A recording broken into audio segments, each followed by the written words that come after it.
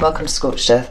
This is going to be a general reading for the sign of Libra, Sun, Moon and Ascendant. If you don't know what your Moon and Ascendant signs are, have a look in the description box below. There's a link down there that will help you.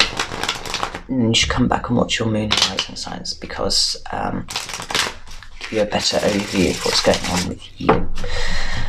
Thank you so much for your comments and your messages and your likes and subscribes and your donations. Like, I appreciate it so much. You have no idea. Like, genuinely is twice a month the highlight of my month. You know, reading everything that you have to say and interacting with you all. Deeply, deeply appreciated. And I appreciate you very much. Very grateful for you all. So thank you. If you would like a personal reading, I do them. My email address is in the description box, and please only use the email for personal reading requests, because trying to keep up across the 3 platforms is absolutely killing me. So yeah, but I am working on a bit of a backlog at the moment, so if you email, it could be a week or so before I get back to you, but I am working my way through them slowly, so you know, just be patient, please. Okay, right. Mercury retrograde is occurring at some point in February. I think it was like mid-February sometime, so mid to late February. Don't panic, it's fine. You may find old people, old situations, maybe even old emotional states resurfacing. It's just giving you an opportunity to close them out properly. Or sometimes, if you have closed them out properly, just to check, just as a little test that, you know, you learned the lesson properly the first time around. The only advice really is just try and avoid starting anything new if possible. You know, new jobs, new relationships, stuff like that. If you have to start a new job, then check the small print, all that kind of thing. Make sure you know exactly what you're signing up for. I guess the same means, you know, the same for relationships, really. But don't worry, it'll be fine. It's certainly not going to be as intense as the one in Scorpio last year, so it's all good. Right, with all that said, let's get some cards on the table. I have 3 cards for Libra for February, please. It's the first one. We've got the Hierophant. That is the card of Taurus in the Major Arcana. And 2 more cards for Libra. Oh, got the Queen of Cups. There. That's the Water Queen, so Cancer, Pisces, Scorpio. Or an energy. There we go. 5 of Swords. That's air energy, like you. Like Libra, Gemini, or Aquarius. At the bottom of the deck, we've got the 6 of Swords. It talks about moving away from situations or people that, you know, are causing you issue. Moving off into calmer waters, that kind of thing. So, just give this wonderful Marigold deck a shuffle, and then we'll get some clarifiers.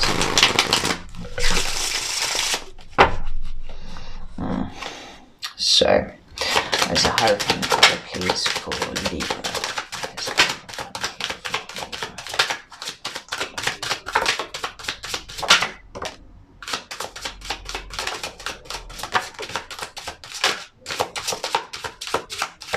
I think it's this deck that wants. Bear with me, that one doesn't want to be the clarifying deck. This one, right.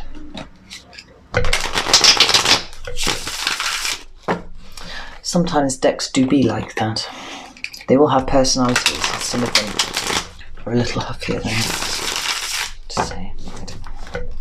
Right, why is the Hierophant here? There we go.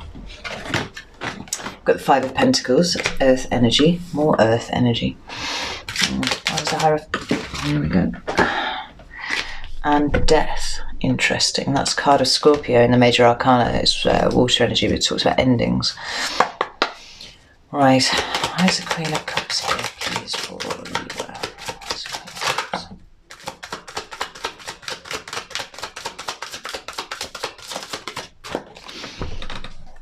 Oh, another card of endings. We've got the World. Interesting. There's a Queen of Cups.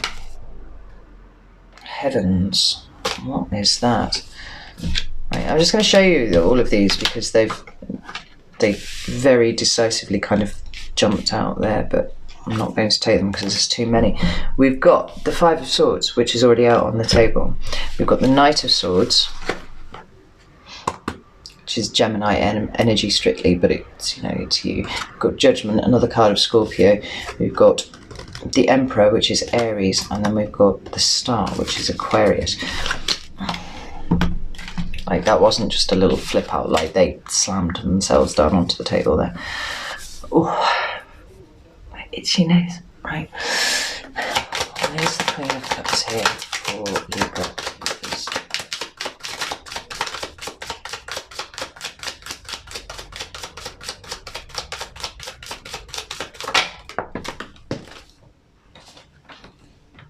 Got the Six of Cups.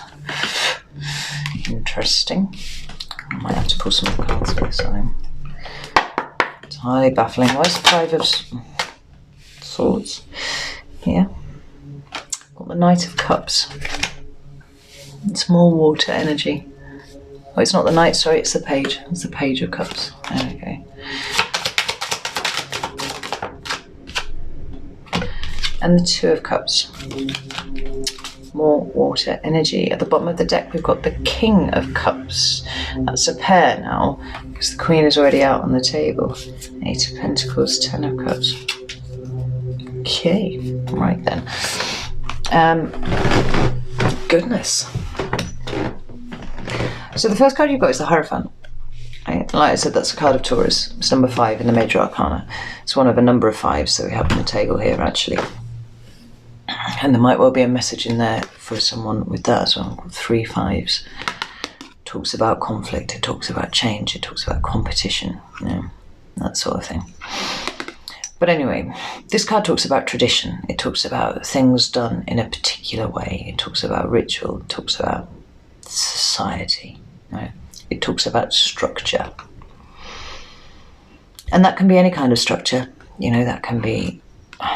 It's generally one where you've got somebody sitting at the top disseminating information to, you know, acolytes below. It's actually called one acolyte card. Yeah? And then they disseminate information to people below them and stuff like that. So you can talk about schools, you can talk about universities, you can talk about, you know, pretty rigid office structures, stuff like that. You can talk about churches. You can also talk about the institution of marriage. It's a thing. Any established institution, establishment, way of doing things is indicated by the Hierophant. And you take it as it resonates to you. But this is in your recent past. Touching on the present.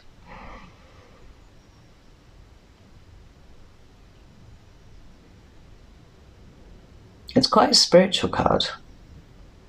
Even with all the structure, even with all the kind of organised religion overtones to it.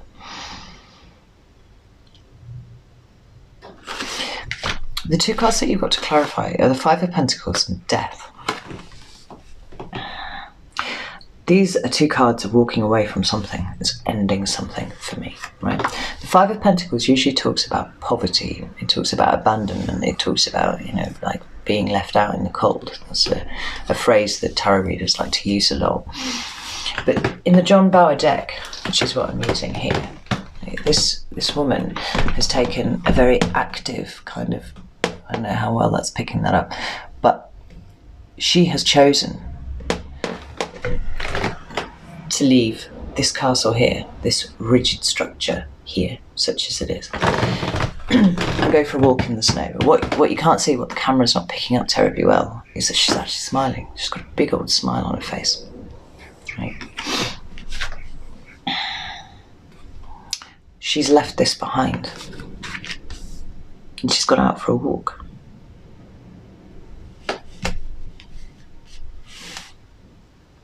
In the standard depiction, it looks like, you know, there's some crippled, poor people, you know, kind of struggling along around the outside of a church, and there are clearly people in the church, you know, the stained glass windows all lit up and everything. And I hear people say, oh, if they only turned round and saw the stained glass window, you know, they'd know that there was help and assistance there for them. I take issue with that because frankly, they're walking around in the fucking dark, in the snow, around a church, right? They wouldn't need to turn around to see the stained glass window. It's there, it's brilliant, it's bright. It would be lighting up all the fucking tombstones around them, you know. So for me, they have been deliberately kicked out. They have been deliberately isolated from that situation. And that card always makes me twitch because of that. I don't like it. But this woman has chosen, and she's all wrapped up. She's got a crown on her head. She's wrapped up in a nice shawl cloak, you know. And she's walked out. She's gone of her own volition, and she looks happy about it, right? It's an ending. It's a walking away from something. And then we've got death. And death is the ultimate card of ending and transformation. You know?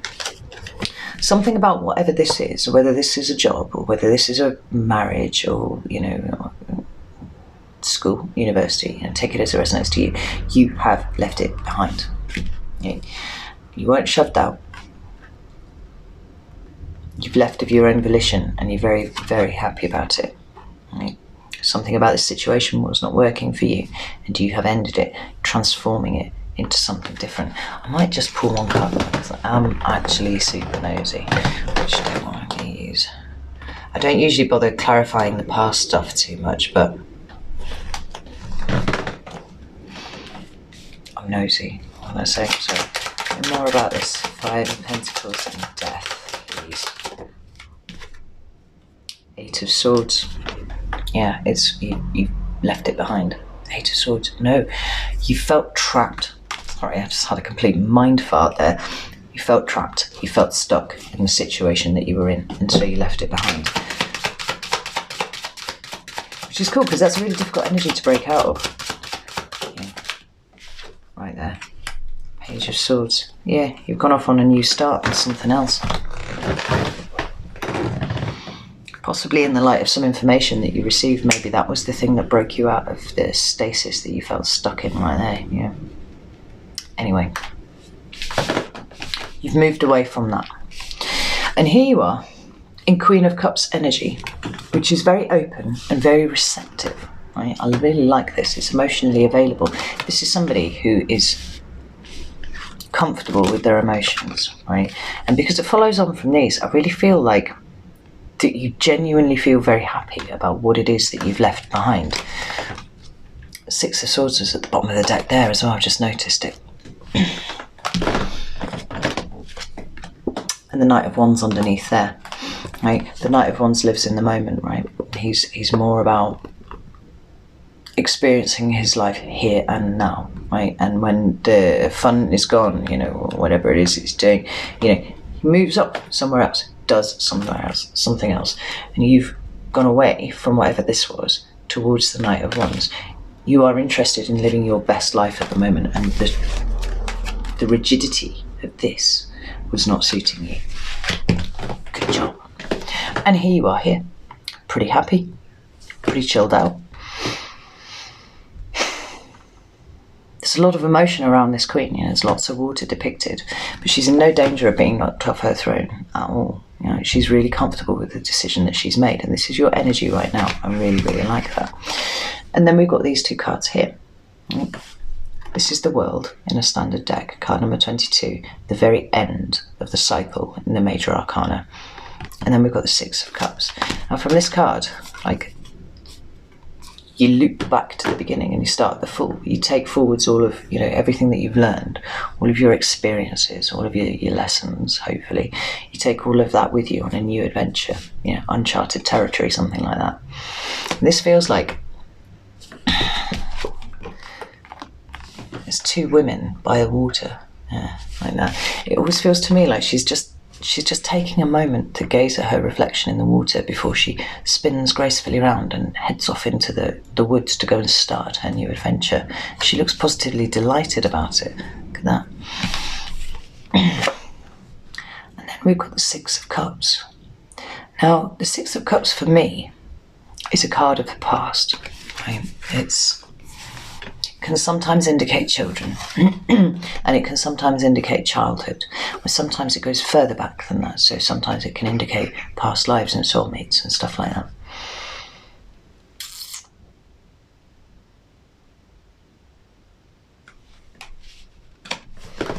And I'm going to pull another card for it because I'm not quite sure why it's here.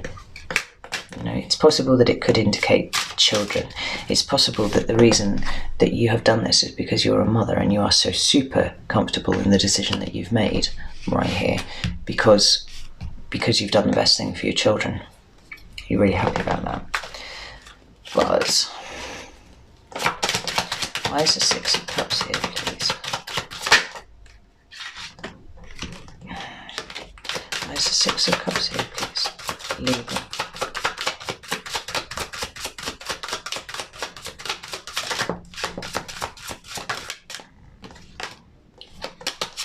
Try again.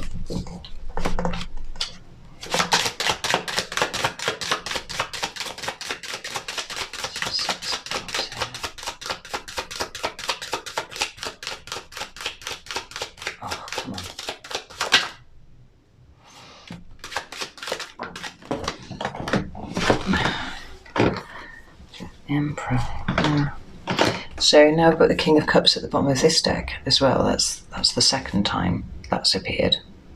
Yes, we've got the King of Cups out twice.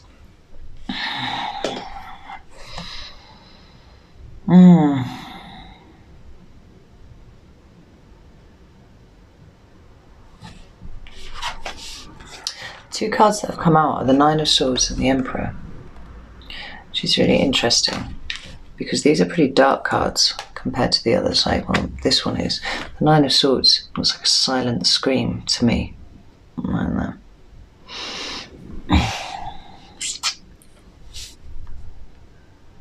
The Nine of Swords talks about mental anguish. It talks about difficult mental circumstances. It talks about those things that you struggle with, you know, in your mind.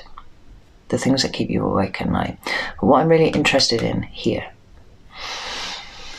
is the fact that the way these swords are set out in this card, right? We've got two swords down here. We've got two swords here. And then we've got the Five of Swords here. The Two of Swords talks about decisions. And I think that what this card is saying is that you ruminated for quite a long time on this before you made this decision to walk away. Like you didn't do it on a whim. Not at all. This is something that you thought out very, very carefully, and that is why you can sit in such a comfortable energy here, because you know you've done the right thing. You've given it lots and lots of thought. And you're comfortable with it. And it's enabled you to really firmly take charge of your situation. I mean, this is the card of Aries. There may be an Aries that's important, but there may not. It's more about the energy. And this is somebody who's in complete control, not just of themselves and not just like them and theirs, but an entire fucking empire, right? Like this person's got shit to do. He's got things to run. You've broken away from a situation that was no good for you. You knew that it wasn't. But I think that you probably stuck it out for longer than you wanted to. Maybe you stuck it out for longer than you wanted to because of children, because of dependence. You know, if you are the emperor in your particular story, then you are in charge of the welfare of everyone. You know, and maybe that's why this was so difficult. You know, this was not emotionally fulfilling. This did not make you happy, but you had dependents. You had people who were counting on you. And so you had to stick it out. But now you've made your decision and you're moving away from that. The final card that you've got is the Five of Swords. And that jumped out before as well. It's another 5. It talks about really difficult conversations. Not conversations, it talks about verbal sparring and, you know, arguments, rowing, stuff like that. And this is what's coming up for you in February. You know, there are two characters here and they're walking off. They've put their swords down and they've gone. And this woman in the forefront here, she's got the swords and she's looking pretty smug. Like this is somebody who will say anything to win generally. And these people have decided that whatever they would win, potentially, by continuing to engage with that, it's not worth as much as what, you know, they'll lose, the cost to themselves. They walk away. So they've chosen to walk away And they've left this woman looking like she's won the argument here. And I feel like you're one of the people that's walked away. Yeah, I'm coming back to the 5. You put your sword down and you fucked off because you know at the end of the day that actually you've got greater plans in mind. Winning this, whatever this is actually not going to advance you at all. If anything, it might hold you back. You've had the wisdom to work that out. You've put your sword down and you moved away. And then we've got these 2 cards here, which are quite perplexing. We've got the Page of Cups and the 2 of Cups. Right? The Page of Cups is a page, it's a messenger, and he brings messages of love. So more often than not for me, this indicates an apology from someone. And then we've got the 2 of Cups, and this is a partnership. This doesn't have to be a romantic partnership. This is 2 people who are on the same page about something. So it can be a co-worker, it can be a friend, it can be a sibling, you know, cousin, whatever, parent, even if you want.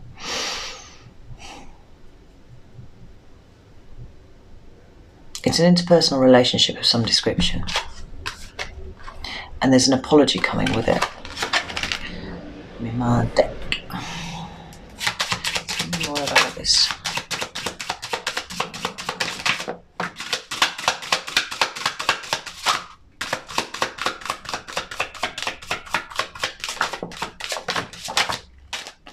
There's all sorts of things flying out down here, but that's not where I'm taking it. Although this is really interesting, actually. Sorry, I'm talking down to my boots. It's really interesting. I'll show you what's come out. We've got death again. We've got the 2 of Swords, and remember I was talking about the 2 of Swords on the 9 of Swords there. We've got the 6 of Cups again. We've got the 5 of Swords, which is another 5, and the Page of Wands. The 5 of Swords again, because it's right here. You see that snapped sword there in the middle, right? That's refusing to engage anymore with this verbal sparring, with this verbal warring, right? It's quite interesting that there's so many repeating cards there. We've already got on the table, and there's not that much out here. Tell me more about this. Page of Cups and 2 of Cups, please.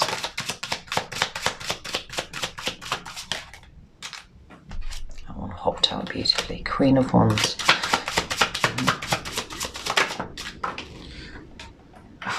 Okay, and the Sun, that's interesting.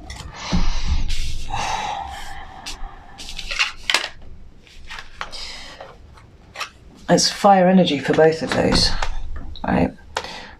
That could be Aries, Leo, Sagittarius, doesn't have to be a man, and tarot doesn't care about gender. But this is definitely a card of Leo, and this is also can be a card of children, actually. So maybe this is an ex-partner, maybe this is, you know, mother or father of your children that you've been warring with, potentially. But it seems like they're going to come forwards and apologise when you put your sword down. More about this, please. Queen of Cups.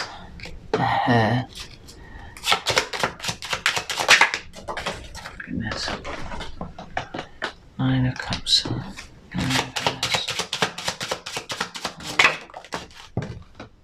3 of Swords. Interesting array of cards. So then we've got the Queen of Cups, the 9 of Cups in reverse, and the 3 of Swords. Alright, so Queen of Cups, we've already got out. It's the Water Queen, Cancer, Pisces, Scorpio, potentially. But as an energy, it's somebody who is, you know, receptive and open, emotionally available, all of these things.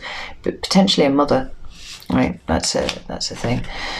Then we've got the 9 of Cups in reverse. Now this way up it talks about wish fulfillment. For me it talks about being emotionally comfortable being single, actually, more often than not, right? But this way up,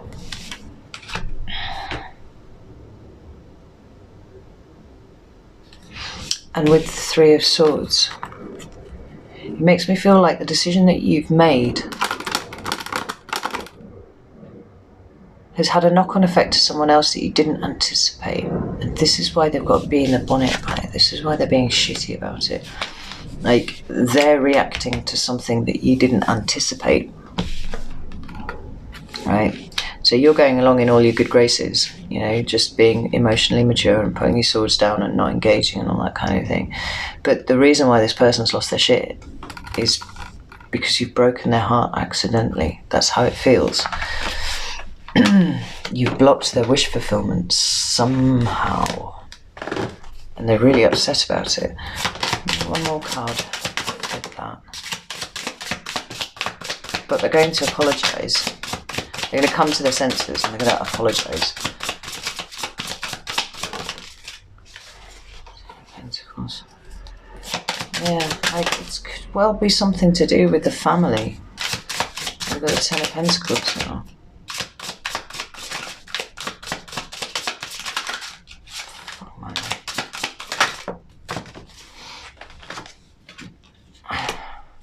Yeah, they're going to do the right thing. They're going to come and apologise. But there's... And I think they're going to apologise because they can see that you're actually doing, you know, what's right for you. And that their reaction has been completely disproportionate. Because they didn't know, because you didn't know that it would affect them in this way. And I suspect if you didn't know, it's because they didn't actually share that with you in the first place. How interesting. I'm going to pull some cards of advice because this feels like it's been a very weird reading. I feel like it will make sense to someone. And if it does make sense to you, please do let me know because I'm slightly baffled right now. 3 cards of advice for Libra, please. Oh, there's the first one. King of Wands. That's more fire energy. To go with the Queen of Wands and the Sun, I've got down here. Oh, if you're not dealing with a Leo, I'm going to be really, really surprised. Okay, we've got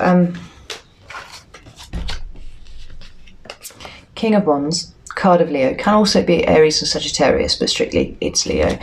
We've got Strength, which is the card of Leo also. And then we've got the Wheel of Fortune, which is the card of Sagittarius right there. Right? Now, read from an energetic perspective rather than a person perspective. This is have the courage of your convictions, continue on. Like, you know, whatever you've put in place, whatever you're doing, you know, strive forward, keep doing it. Be confident in your own decision making because it's, you know, you're being led correctly right here. Strength. You know, things are going to be a bit tricky, but you have it in you to persevere and to succeed, so keep going. And the Wheel of Fortune is the universe is on your side. You know, whatever it is that you decided to do, you know, it is being cosmically, I can't even speak, cosmic, it's being blessed from the above. I need to go and have a lie down. And your fortunes are on the way up, you know. I mean, I always see this as an improvement in your circumstances. But, you know, like your advice, 2 or 3 of them are major arcana, right? This decision that you've made, whatever it is that you're about to set off and do, you know, stick with it. Don't be diverted by what's going on over here. Like, they're going to apologise for it anyway. It's going to be fine. But there's something important afoot for you, so ride the wave. Right, I'm going to leave it there, Libra, because I've got no idea what's going on and I need a cup of coffee. If it resonated, leave a comment or a like or something. That would be amazing. And if you haven't subscribed, I'd love it if you did. And I'll be back in about a fortnight, hopefully, with a more dexterous mouth for the words. The mid-monthlies. All right, take care.